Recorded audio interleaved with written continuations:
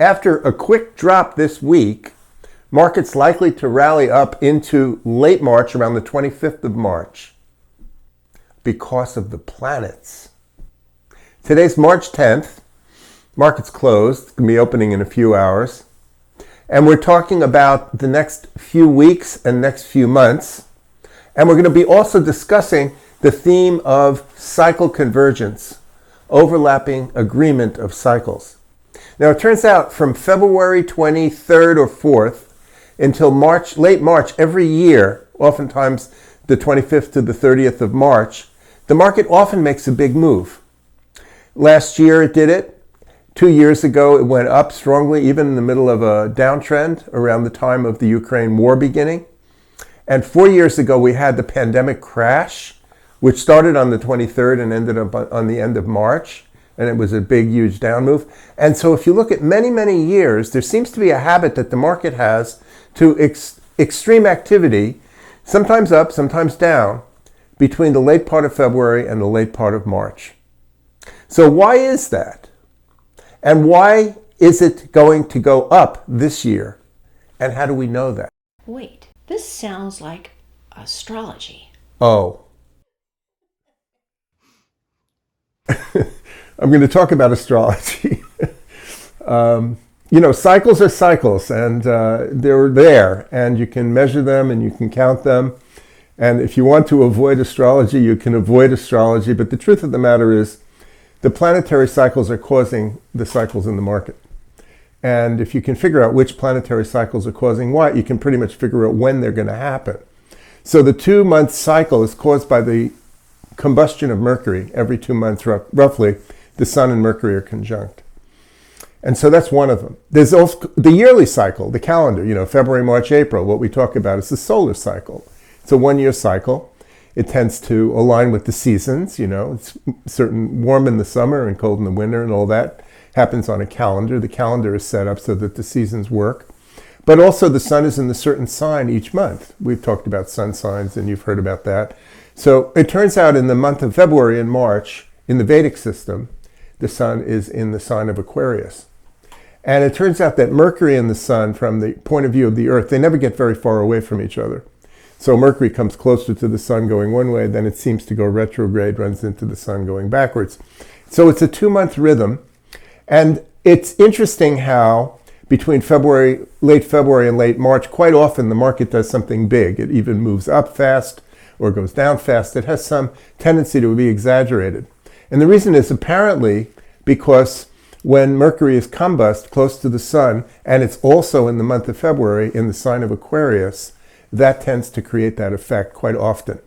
And if you look, 4 years ago we had a crash, 2 years ago we had a big rally, and the war in the Ukraine started on the 24th of February.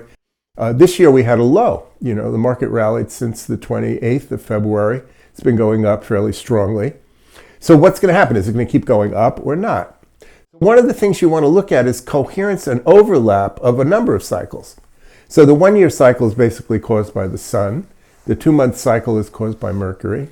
And the combust Mercury in the sign of Aquarius only happens every 6 occurrences of the combustion, which happens once a year also. So roughly every February, Mercury is combust in the sign of Aquarius. But what happens when it's actually different from year to year? What determines that difference in the market action? Well, you look for other influences, other cycles that might be coming in this year. And the 12-year cycle is a very important cycle in the market. 12 years ago and 24 years ago and 36 years ago, 48 years ago, those are all important related to this year. Why? Because the planet Jupiter has a 12-year cycle. And Jupiter, right at this particular time, if you look at the prior times it was in the sign of Aries, where it is right now, you have to go back to 2012 and the year 2000 and like that. And it turns out that if you look at those years, you will find a more similarness than just the Sun and Mercury being in the same place in February. You also have the influence of Jupiter being there. So it turns out if you look at 2012, where you also had the 3 things, you had the combust Mercury in Aquarius and you had the Jupiter in Aries, the market's doing literally the same identical thing. And if you look at it if you look at it 24 years ago, when you had Jupiter in the same place, the market's doing extremely similar thing. And from late February to late March in both years, you had a strong rally. And you can see it in these charts that we're showing you. You've also mentioned an 18-year cycle recently. How is that different? Right. What's happening is the sign of the position of the nodes, the north and south nodes of the moon. In Jyotish, in the Vedic thing, they call it Rahu and Ketu. Rahu is the north node and Ketu is the south node. And where they are right now is that Rahu is in the sign of Pisces and Ketu is in the sign of Virgo. So we tried a little experiment. The moon is conjunct with the nodes every month. The moon is conjunct with Ketu and then Rahu every 2 weeks and then Ketu in 2 weeks, 2 weeks, 2 weeks. So once a month it runs into Ketu. And what we looked at was when was the last time that the moon was conjunct with Ketu in Virgo? Well, it happened 3 or 4 times in the last 3 or 4 months since Ketu moved into Virgo. But if you look back 18 years ago, it was even more similar. When the moon was conjunct with Ketu then, you not only had Ketu in the same place it is now, the moon in the same place it is now, but you also had in February, you had the combust Mercury in the sign of Aquarius. And so if you look at that month of February of 2006, and you see what happened around that time, it turns out that market's been repeating for almost a whole year. The last 12 months, you can see it here. Going back the last 12 months, the market is 85% correlated with the last 12 months in our present universe. What does it do next? It shoots up after a low in the middle of March, which is coming this week.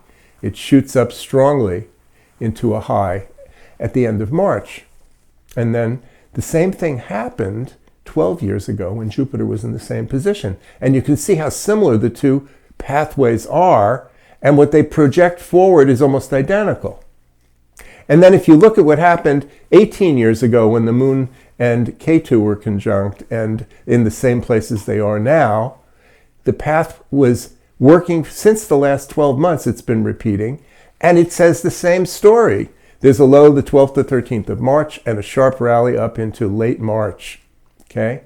So we have 3 planets together in the same places they are now, 12 years ago and 24 years ago, and a different 3, 18 years ago. And if you have 3 planets together or more in the same places they are now, there's a good chance that particular chunk of time will repeat. Why? Because the planetary influences are creating the same experiences for people. They'll tend to react the same way. Human nature is basically built the same way as it has been for thousands of years. People don't like pain, they do like pleasure. They do like being optimistic, they don't like being miserable and sad and scared. And these planetary influences create those types of brainwave patterns, and ultimately, collective consciousness tends to move together with alignment with those planetary influences. Do you find the cycles first? Or how do you find the matching between the astrology and the cycles? Do you come at it from the astrology? Because I know that is so huge. How do you come at it, one or the other? I start with the numbers and the mathematics before we look at the astrology. For those of you who are interested in forecasting, we start out with a formula, a proprietary formula that I have learned and developed, and that I also got from Jerry Bomring years and years ago. Dr. Bomring came up with a way of getting a handle on what pieces of history are repeating, what cycles are repeating, and he didn't use astrology, okay? Later, I learned astrology, and it turns out it was useful. It was helpful in terms of pinning things down and tightening up the setup and understanding with more conviction where these moves are, because you can see what's causing the moves. But the mathematics of the cosmic mind, you might call it, it's independent of what the planets are doing. The planets are kind of working into the schema of this incredible intelligence that's running the whole universe. Okay? So ultimately, it's necessary to help understand why the cycles are there, but it isn't necessary to find the cycles using the planets. Basically, we're saying history is going to repeat. that what happened 12 years ago, what happened 18 years ago, is going to repeat. And it did this the last 3 or 4 times. It did it in 2012. It did it in 2006. It did it in 2000. No, but because it's done in these places in the past, and what's been happening the last months, years even, has been repeating, why wouldn't it continue to repeat? The pathway is very well developed by the similarity in the position of the cosmic forces. If they stay in the same places they were then, there's a good chance the influences they have on people will be the same. The reactions of people will be the same, and the actions that they take make the market go up and down. They buy and sell. It's that straightforward. If you buy into this idea that we are connected to the cosmos, then it makes it quite easy to see how these planetary cycles can generate the cycles that you see mathematically. So how do you know how long that's going to continue repeating? Yeah, very good point. Again, it's a coherence issue. If you have one cycle and the market is repeating what seems to be caused by that one cycle, it's not true. No one cycle is going to make the market do anything for very long. However, if you have a few of them that are repeating the same locations, the likelihood of the continuation of that pattern is greater. If you have 3 or 4 or 5 cycles, planets positioned the same way they were in the past, those patterns will last even longer. So it's a level of how much sameness is there in the planetary positions now as there was in the past, and when will that sameness deviate? When will the planets start being out of line with what has been happening in the past? And that those patterns will become dismantled, they'll be taken apart, and new ones will come together. You just have to look in different places. And we know how to do that. So that's the fun part of this game. It's a game in a way. It's not a video game, but it's pretty much fun if you know how to do it. Anyway, so we're teaching another course on March 17th, the 3-month Trade Forecast Mastery Masterclass. It's a 13-week program. It's on weekends. Usually there are 2-hour Zoom meetings for the first 4 weeks and 9 one-hour Zoom meetings for the next 9 weeks. And the class has been a tremendous amount of fun, and a lot of the students are doing a great job in terms of making money. And also, we have a Discord chat room now that's become real popular, and they're having a ball talking to each other and putting up charts and describing and helping each other. I find that the unity and the sense of harmony in the group is very gratifying. So anyway, that's what we're doing, and if you're interested, you can get in contact with us. You need to sign up pretty quickly because we're talking next week, next Sunday. Okay.